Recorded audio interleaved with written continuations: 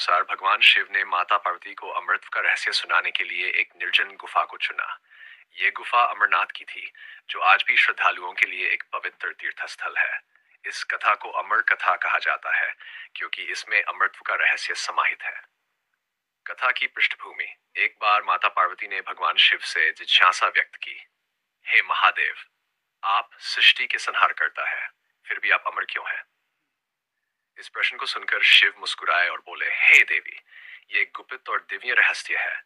इस संसार में कोई भी अमर नहीं है, परंतु एक विशेष जान है जो अमृत प्रदान करता है। यदि तुम इसे सुनने के लिए तैयार हो तो मैं तुम्हें सुनाऊंगा। अमर कथा का रहस्य। भगवान शिव माता पार्वती को एक निर्जन स्थान पर ले गए जहां कोई अन्य जीव या मनुष्य न हो।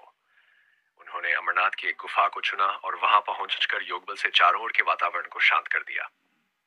इसके बाद शिवजी ने कथा सुनानी शुरू की। इस संसार में जन्म लेने वाला प्रत्येक प्राणी नश्वर है, लेकिन जो व्यक्ति ओम नमः शिवाय का निरंतर जाप करता है और आत्मज्ञान प्राप्त कर लेता है, वह अमृत को प्राप्त कर सकता है। आत्मा अजर अमर है, शरीर तो केवल एक वस्त्र की भांति बदला है। जब भगवान शिव ये गूढ़ ज्ञान सुना रहे थे, तब माता पार्वती उनकी गोद में लेटी हुई थी और उनकी आंखें धीरे धीरे झपकने लगीं। कथा का प्रभाव इतना दिव्य था कि पार्वती निद्रालीन हो गई। लेकिन कथा सुनाने से पहले भगवान शिव ने अपने चारों ओर सुरक्षा के लिए अपनी जटा से एक अग्नि रेखा खींच दी थी ताकि कोई अन्य प्राणी इसे सुन सके। कथा का अद्भुत मोड़।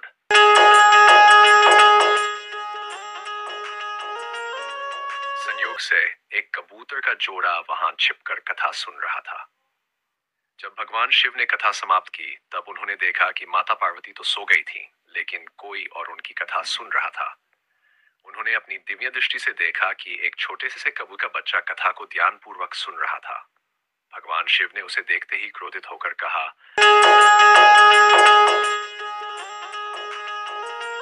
तुमने ये रहस्य कैसे सुना? कबूतर ने विनम्रता से उत्तर दिया, प्रभु, मैंने केवल आपके श्रीमुख से निकले शब्दों को सुना है, लेकिन अब मैं स्वयं को इस जान से वंचित नहीं कर सकता। भगवान शिव उसकी भक्ति और जान प्राप्ति की इच्छा से प्रसन्न हुए और उसे वरदान दिया कि वह भी अमृत को प्राप्त करेगा। कहा जाता है कि वही कबूतर आज भी अमरनाथ की गुफा में निवास करता है और इस कथा का साक्षी है।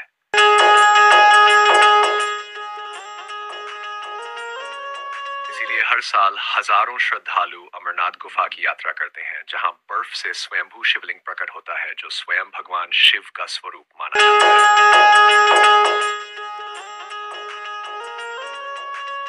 अमरनाथ यात्रा का महत्व। ये कथा इस बात का प्रतीक है कि जो व्यक्ति सच्ची श्रद्धा और भक्ति से भगवान शिव की आराधना करता है, उसे मोक्ष प्राप्त होता है और वह अमरता के मार्ग को समझ सकता है।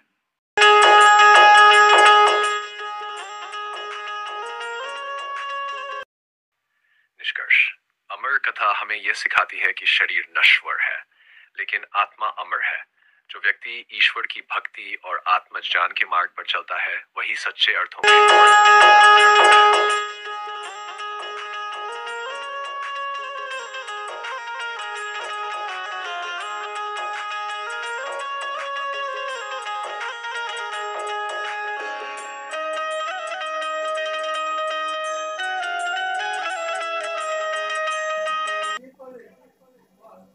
कबूतर और अमर कथा। अमरत्व की अद्भुत यात्रा। अमरनाथ की पवित्र गुफा में भगवान शिव द्वारा माता पार्वती को सुनाई गई अमर कथा को छिपकर सुनने वाले कबूतर की कथा यहीं समाप्त नहीं होती।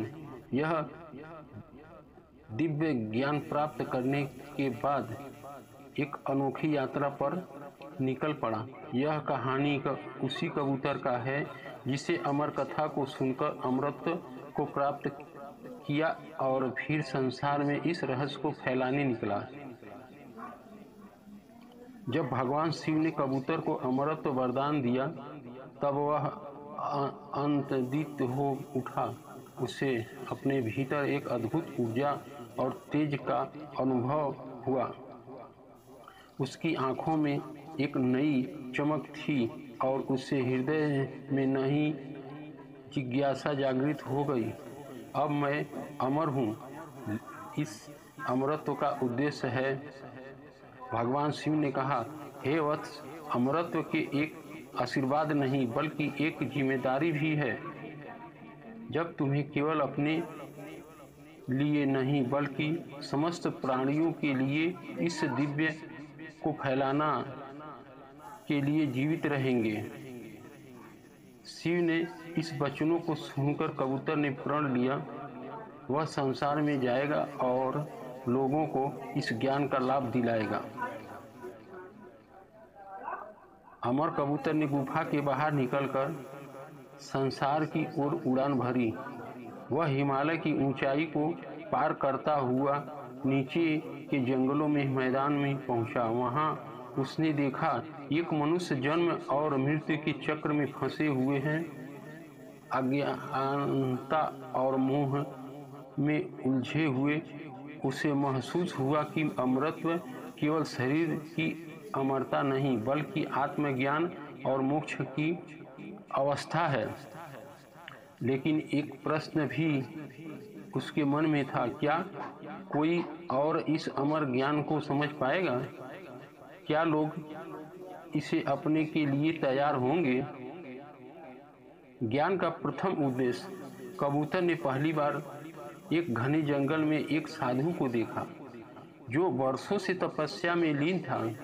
वह साधु बहुत ज्ञानी था लेकिन मृत्यु के भय से मुक्त नहीं था। कबूतर ने उसे समीप जाकर कहा, हे ऋषि, क्या तुम अमरत्व का रहस्य जानना चाहोगे? साधु ने आंख खोलकर देखा, यह कोई साधारण कबूतर नहीं बल्कि एक दिव्य था। उसने विनम्रता से उत्तर दिया, हे अद्भुत प्राणी, यदि तुम सच में अमरत्व का रहस्य जानते हो तो कृपा करके मुझे बताओ। कबूतर ने कहा, अमरत्व केवल शरीर से नहीं बल्कि आत्मज्ञान से प्राप्त होता है। यदि तुम ओम नमः शिवाय का जाप नित्य करोगे, अहंकार, मोह और त्याग दोगे तो तुम भी अमर हो सकते हो। साधु ने गहरी अवस्था से साथ इस मंत्र का जाप शुरू कर दिया। कुछ ही वर्षों में वह ध्यान की उच्चता व्यवस्था से प्राप्त कर चुका था। अतः शरीर त्याग शिव लोक को प्राप्त हुआ। कबूतर को यह विश्वास हो गया कि उसका उद्देश्य सही दिशा में है। समाज में फैलाया ज्ञान। इसके कबूतर ने कई जगहों की यात्रा की। वह आश्रमों में गया, राजाओं के दरबार में गया, संतों और भक्तों से मिला। हर जगह उसने यही संदेश दिया कि सच अमृत केवल आत्मा की शुद्धता और भगवान शिव की भक्ति से ही प्राप्त हो सकता है। एक बार वह राजा के दरबार में पहुंचा और राजा बहुत बलशाली और धनवान था, लेकिन मृत्यु के भय के डर से चिंतित रहता था। जब कबूतर राजा से कहा, अमृत केवल आत्म ज्ञान से प्राप्त होता है, तो राजा को विश्वास नहीं हुआ।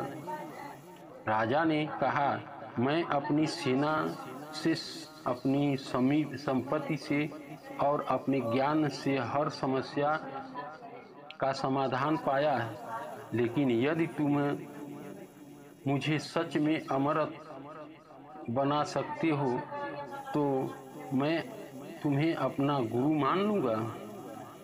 कबूतर ने मुस्कुराते हुए उत्तर दिया, राजन, यदि धन और बल से अमृत मिलता तो यह संसार सभी नष्ट होता। अमृत केवल शिव की भक्ति और सत्य की साधना से ही प्राप्त होता है।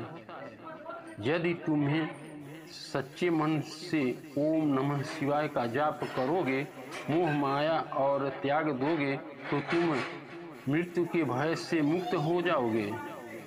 राजा ने इसे एक प्रयोग के रूप में स्वीकार किया और कुछ वर्षों तक शिव की आराधना करने लगा। धीरे धीरे उसने अनुभव किया कि मृत्यु का भय समाप्त हो रहा है और उसने भीतर से अलौकिक शांति उत्पन्न हो रही है। अतः उसे अपना राज्य त्याग कर संन्यास धारण कर लिया और आत्मज्ञान प्राप्त कर लिया।